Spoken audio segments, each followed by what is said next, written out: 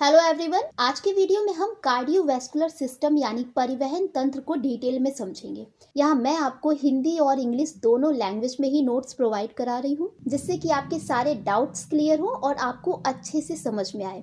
तो आइए स्टार्ट करते हैं। देखिए, कार्डियोवैस्कुलर सिस्टम क्या होता है, इसे परिवहन तंत्र भी कहते हैं। देखिए, जो कार्डियोवैस्कुलर सिस्टम होता है तो ये क्या करता है, हमारे शरीर में जो भी पोषण तत्व होते हैं, जो भी न्यूट्रिएंट्स होते हैं, उनको हमारे पूरी बॉडी में सर्कुलेट करता है।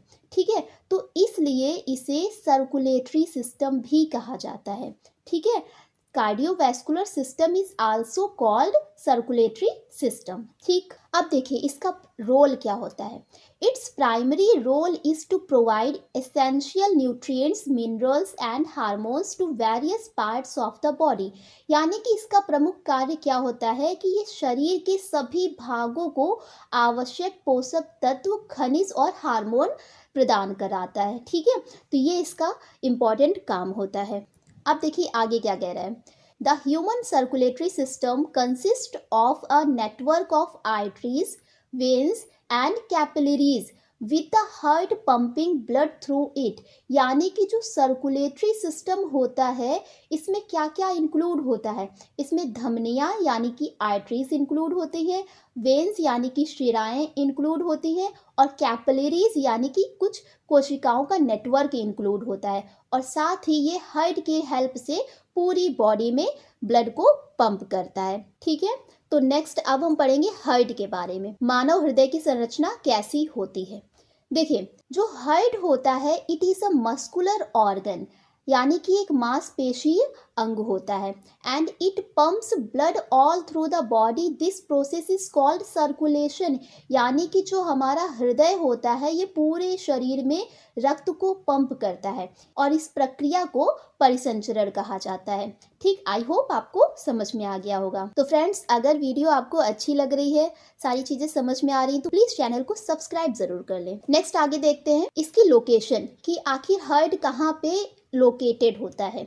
जो हमारा हृदय होता है, हार्ट होता है, तो it is located between the lungs in the thoracic cavity. यानी कि जो हृदय होता है ये जो थोरेसिस कैविटी यानी वक्षगुहा में फेफड़ों के बीच स्थित होता है। देखिए, ये स्टर्नम है जिसे ब्रेस्ट बोन भी कहते हैं, और ये दोनों लंग्स के बीच में हमारा हार्ट स्थित होता है। ठीक है, ये दोनों लंग्स है और इन दोनों लंग्स के ही बीच में हार्ट स्थित होता है। और ये जो हार्ट होता है ये बाएं साइड होता है, मतलब थोड़ा सा पूरी तरीके से बाएं साइड नहीं होता है, थोड़ा सा बाईं तरफ झुका हुआ होता है। ठीक है, इसकी ऑरिजिन की बात करें यानी उत्पत्ति की, तो जो हृदय होता है इसकी उत्पत्ति एम्ब्रियोनिक मीजोडर्मल जर्म लेयर से होती है। यानी कि जब आप माँ के गर्भाशय में होते हैं तब जो मीजोडर्मल जर्म लेयर होती है, ठीक है, तो उससे ही हार्ट का निर्माण होता है। ठीक, आई होप समझ में आ गया होगा। अगर इसके आकार की बात करें तो इसका आकार होता है कोन शेप्ड।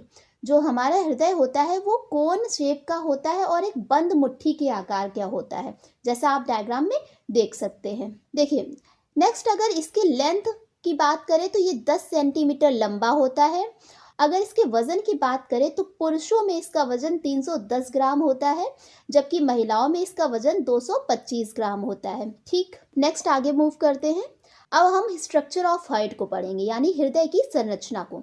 देखिए, इसमें एक्सटर्नल स्ट्रक्चर को भी हम पढ़ेंगे और इंटरनल स्ट्रक्चर को भी पढ़ेंगे। तो आइए आगे देखते हैं इसके स्ट्रक्चर को। तो सबसे पहले हम एक्सटर्नल स्ट्रक्चर यानी कि हृदय की बाहरी संरचना को देखेंगे, कि आखिर जो हृदय होता है, हार्ट होता है, इसकी बाहरी संरचना कैसी होती है और ये कैसा दिखता है। तो देखिए, जो हार्ट होता है ये 3 लेयर से मिलके बना होता है। यानी जो हृदय होता है उसमें कितनी 3 लेयर होती है, 3 परतें प्रेजेंट होती हैं।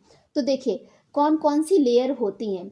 तो इसमें सबसे पहले होती है पेरिकार्डियम जो कि आउटर लेयर होती है, इसके बाद होती है मायोकार्डियम जो कि बीच की लेयर होती है यानी मिडिल लेयर, और एंडोकार्डियम जो कि सबसे इंटरनल लेयर होती है यानी इनर लेयर होती है। तो डायग्राम में आप देख सकते हैं कि ये सबसे आउटर लेयर है जिसे पेरिकार्डियम लेयर कहते हैं, ठीक है। इसके बाद इसके बीच की लेयर होती है मायोकार्डियम और सबसे इंटरनल लेयर होती है एंडोकार्डियम, ठीक है। तो अब इन सभी लेयर को भी हम डिटेल में समझते हैं। तो सबसे पहले हम समझेंगे कि पेरिकार्डियम लेयर क्या होती है, ठीक। तो देखिए जो पेरिकार्डियम लेयर होती है ये आउटर लेयर होती है, ठीक।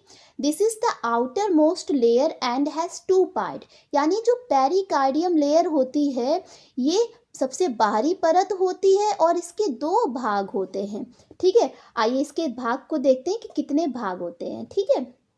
देखिए ये पेरिकार्डियम लेयर है, ये हमारा हृदय है, ठीक है। ये बाहरी लेयर है जिसे पेरिकार्डियम लेयर कहते हैं, ठीक।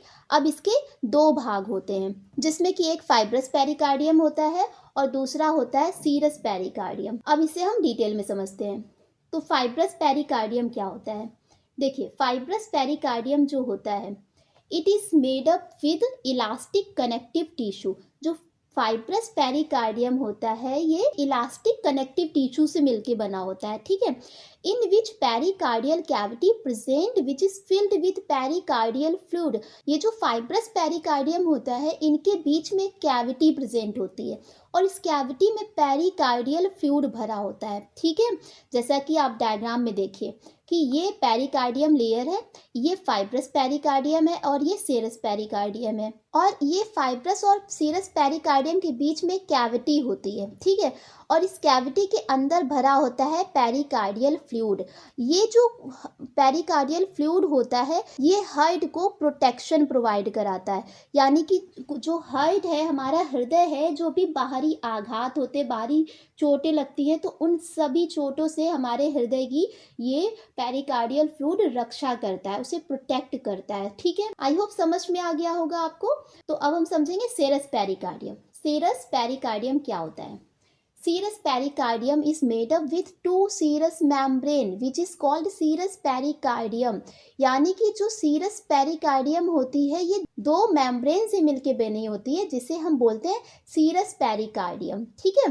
जिसमें कि बाहरी पेरिकार्डियम को हम पेराइटल पेरिकार्डियम कहते हैं, जबकि जो अंदर की पेरिकार्डियम होती है उसे विसरल पेरिकार्डियम कहते हैं, ठीक है।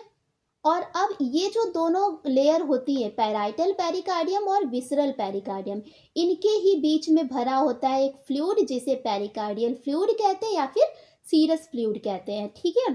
तो ये हो गई आपकी pericardium layer. Now move to next layer, myocardium layer.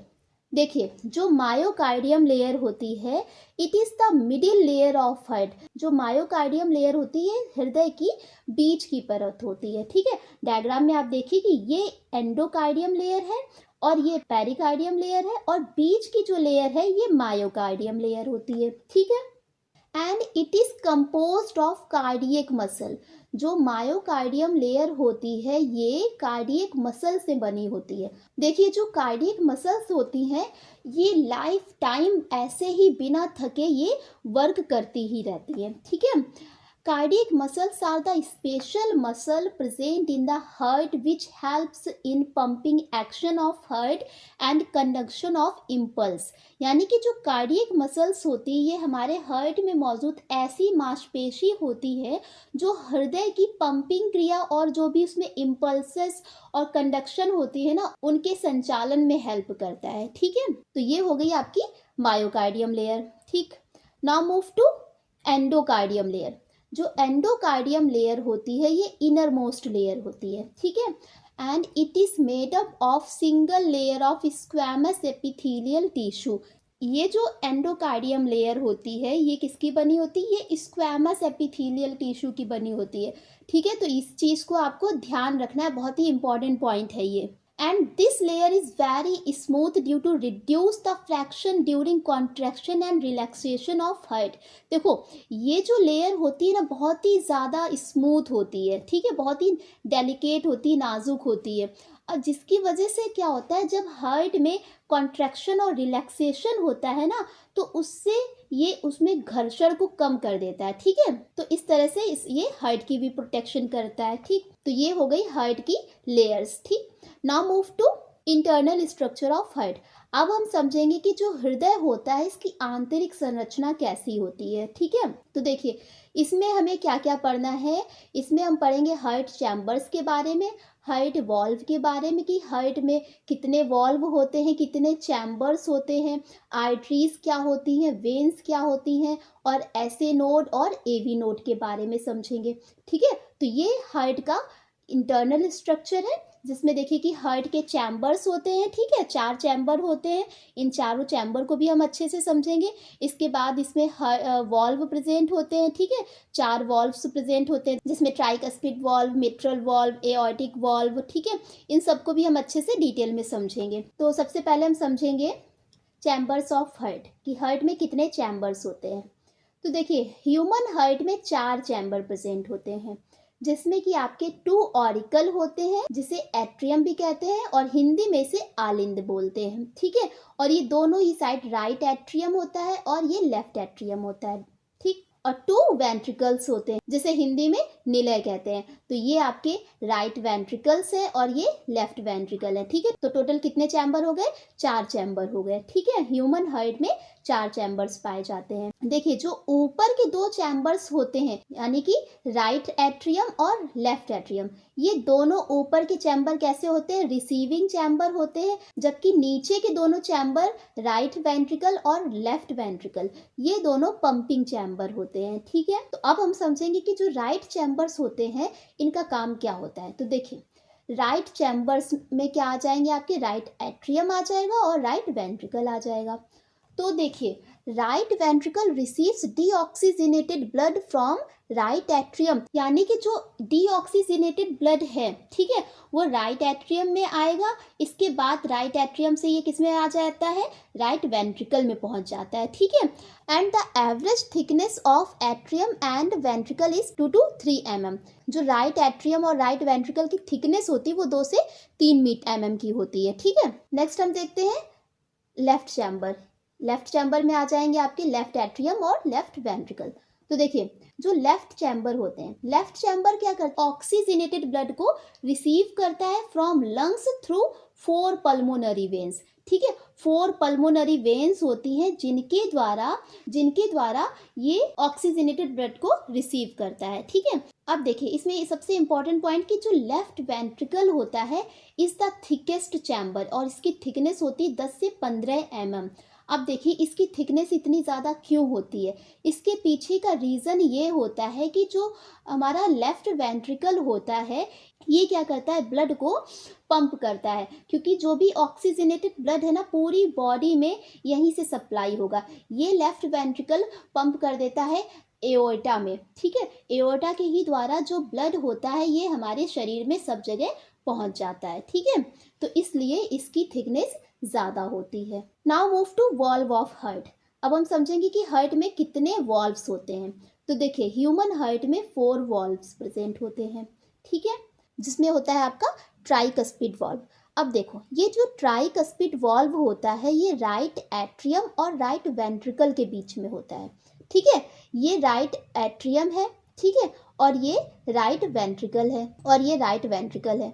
ठीक है, तो इनके बीच में ही प्रेजेंट होता है हमारा ट्राइकस्पिड वॉल्व। ठीक है, यानी कि राइट एट्रियम और राइट वेंट्रिकल के बीच में ट्राइकस्पिड वॉल्व प्रेजेंट होता है। नेक्स्ट है बाइकस्पिड वॉल्व। देखो बाइकस्पिड वॉल्व जो होता है ये लेफ्ट एट्रियम और लेफ्ट वेंट्रिकल के बीच में प्रेजेंट होता है। देखो डायग्राम में आप देखिए कि ये लेफ्ट एट्रियम है और आपका ये लेफ्ट वेंट्रिकल है, और इन दोनों के बीच में प्रेजेंट होता है हमारा बाइकस्पिड वॉल्व। ये चीज़ आपको ध्यान रखनी है कि बाइकस्पिड वॉल्व कहाँ होगा और ट्राइकस्पिड वॉल्व कहाँ पे होगा। इसके बाद है पल्मोनरी वॉल्व। जो पल्मोनरी वॉल्व होता है ये पल्मोनरी आर्टरीज में प्रेजेंट होता है। ठीक है, ये पल्मोनरी आर्टरीज है तो यहीं पे प्रेजेंट होता है हमारा पल्मोनरी वॉल्व। नेक्स्ट है एओर्टिक वॉल्व। जो एओर्टिक वॉल्व होता है ये एओर्टा में प्रेजेंट होता है। ठीक है, तो इस डायग्राम में आप देख सकते हैं कि ये है हमारा ट्राइकस्पिड वॉल्व। ठीक है, ये ट्राइकस्पिड वॉल्व है, फिलहाल यहाँ पे यही दिख रहा है। और इस डायग्राम में आप देखिए कि कितनी अच्छे से सारी चीज़ें इसमें विजिबल हैं, बहुत ही अच्छे से क्लियर दिख रहा है कि कौन कौन से वॉल्व प्रेजेंट होते हैं हार्ट में। ठीक है, आई होप आपको अच्छे से समझ में आ गया होगा। आज के वीडियो में हमने हार्ट के बारे में अच्छे से समझा। नेक्स्ट वीडियो में हम ब्लड सर्कुलेशन कैसे होता है, ठीक है, डबल सर्कुलेशन क्या होता है और जो सर्कुलेशन का पाथवे होता है उसको हम डिटेल में समझेंगे। तो अगर वीडियो अच्छी लगी हो, सारी चीज़ें समझ में आई हो, तो प्लीज़ चैनल को सब्सक्राइब कर लीजिए और वीडियो को लाइक करें और इसे अपने फ्रेंड्स के साथ शेयर करें। तो पढ़ते रहिए, मस्त रहिए। Thanks for watching.